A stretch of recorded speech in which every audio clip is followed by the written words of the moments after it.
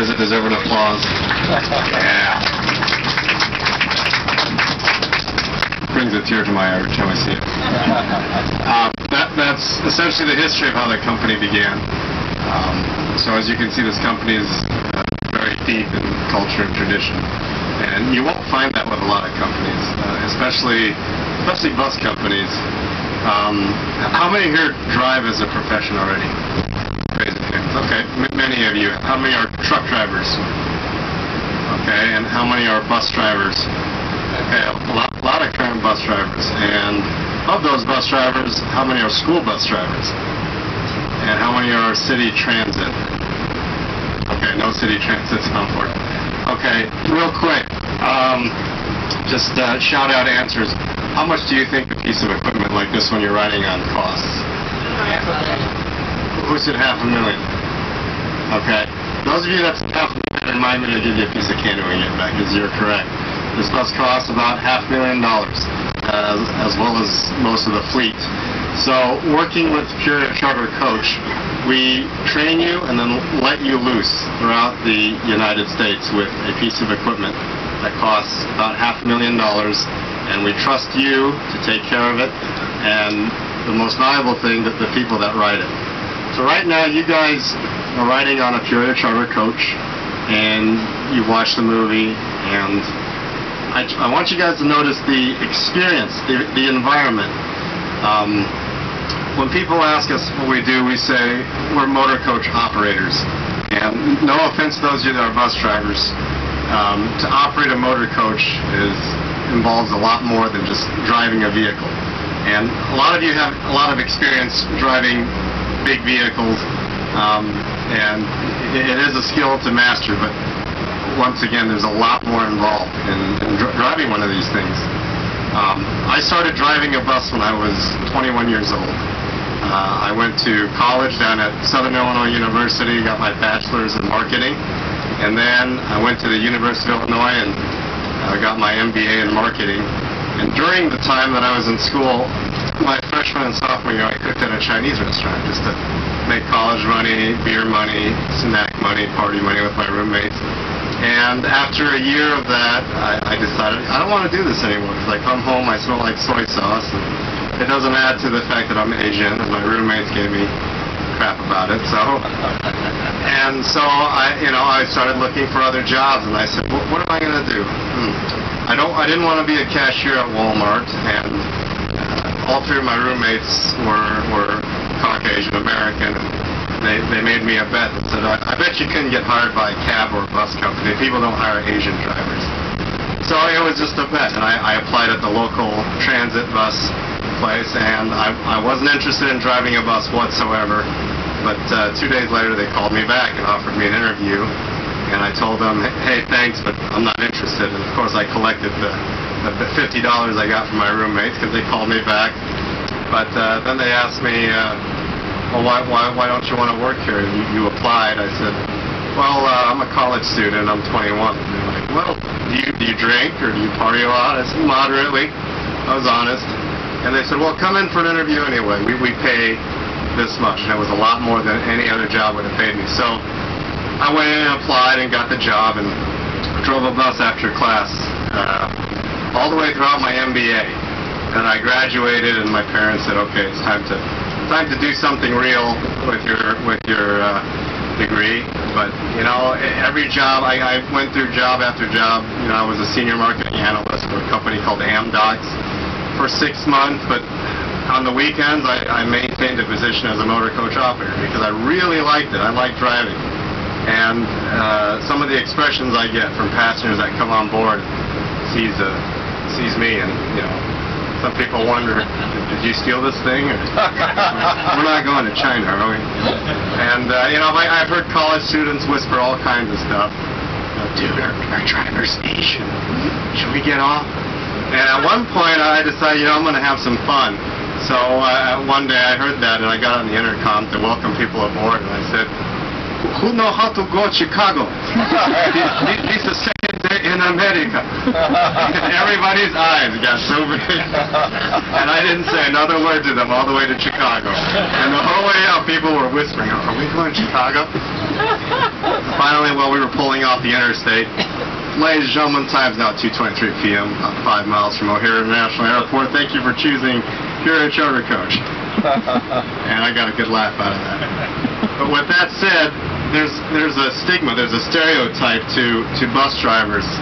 Now, yell out, I just want to hear people just yell out what your idea of a stereotype of a bus driver would be. Jackie Gleason. Okay, I heard Jackie Gleason. Okay. What else? What else we got? You guys are way too quiet. Okay, when we get back, you guys can have some coffee. Some of the stereotypes is overweight. You know, bus drivers tend to smell bad. Bus drivers tend to be creepy. You know, and so there's a truth to all stereotypes. And you know, it's funny at times, but here at Peoria Charter, we hire all kinds of people to operate our motor coaches, so long as you're professional. And you know, did you know that in Europe, a motor coach operator is as prestige as a medical doctor? You have to go through 2 years of training to operate a motor coach. It's equivalent to becoming an airline pilot in Europe. And one of the reasons for that is transportation is public mass transportation is held to a much higher regard than it is here. I bet every one of you here owns a car, yes? Right. And, you know, in Europe, owning a car is very much a luxury. So, you know, here at Peoria Charter, we definitely want to change the idea of what a motor coach operator is. We want to be professional.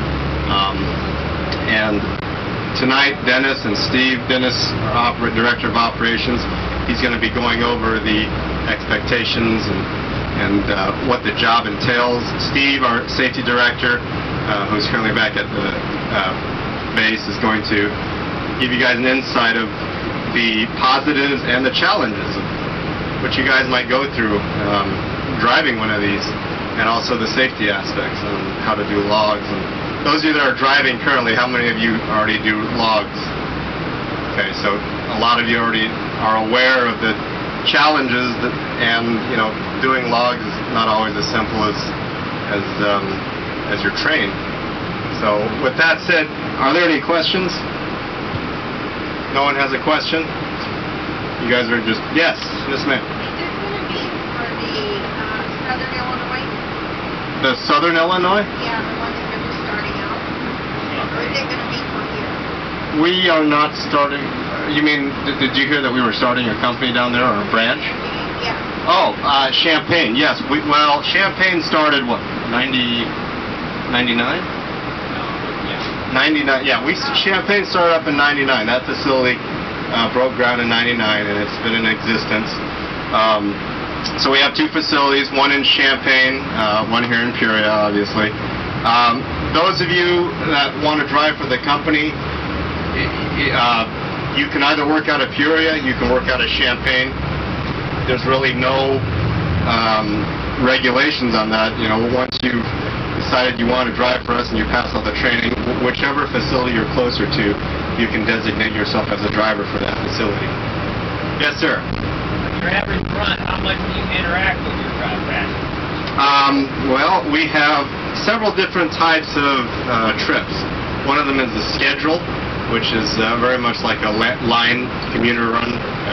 We basically become a liner, and we drive between Peoria, Champaign, Chicago suburbs, airports. You stop at each stop in a set time.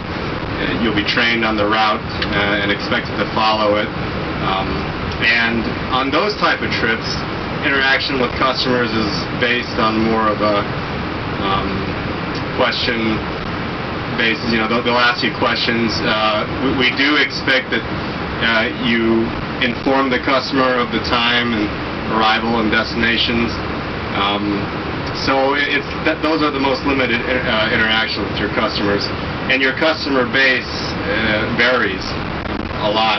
And most of the time, they're college students, because those are the people that are going to commute to those. And a lot of times, you'll run into a lot of international passengers heading for the airports and back. So sometimes there's a language barrier. I speak 4 languages, and I still run into the barrier. a lot of drivers call me and ask me, hey, I have a passenger who's Spanish. Can you translate? Well, I don't speak Spanish, so no. And then another type are charters, which are a group that charters a bus to go somewhere, such as high schools, companies, business trips, field trips. And those you will interact with the customer a little more than the schedules. You'll basically be taking them to their destinations that they want to go to. You'll be their bus driver as well as their host. And, we rely on you to see to their needs. And then the third type of trip are Peoria Charter tours. Peoria Charter organizes its own tours, as well as third-party contracts for other tour companies. And I would say those would be the type of trips where you'll have the maximum amount of customer interaction, simply because you become their bus driver, their host, their tour guide, and on a lot of tours we have escorts that go with you. Dennis here does a lot of tours, and his wife Tracy here, she's a Peoria Charter tour guide escort. And so they work as a team, and in that case, if you and your spouse both want to be involved, it's a lot of fun. It's a lot of work, but it's a lot of fun. You get to go all these places. We go to Branson, Missouri. We go out to New York. We have trips to Canada.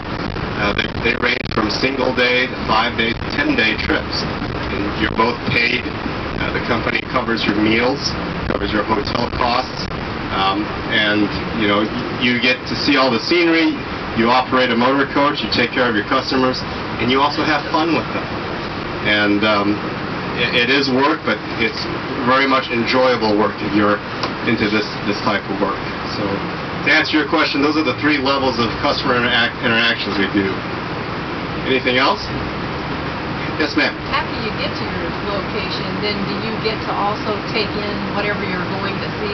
Okay, the question was, once you get to your location, do you get to take in all the stuff that your passenger sees? Yes.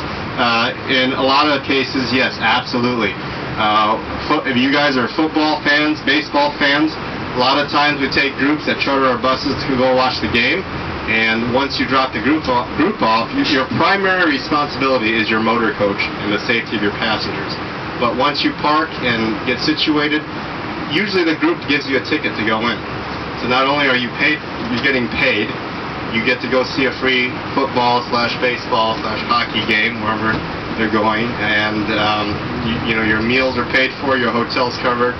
If it's a Six Flags trip or a Disney World trip, yes. If you're there for multiple days, sometimes a group won't even need you. The hotel's paid for. You have 5 days to do whatever you like with, and you're paid those 5 days. Your meals are still paid for, so enjoy your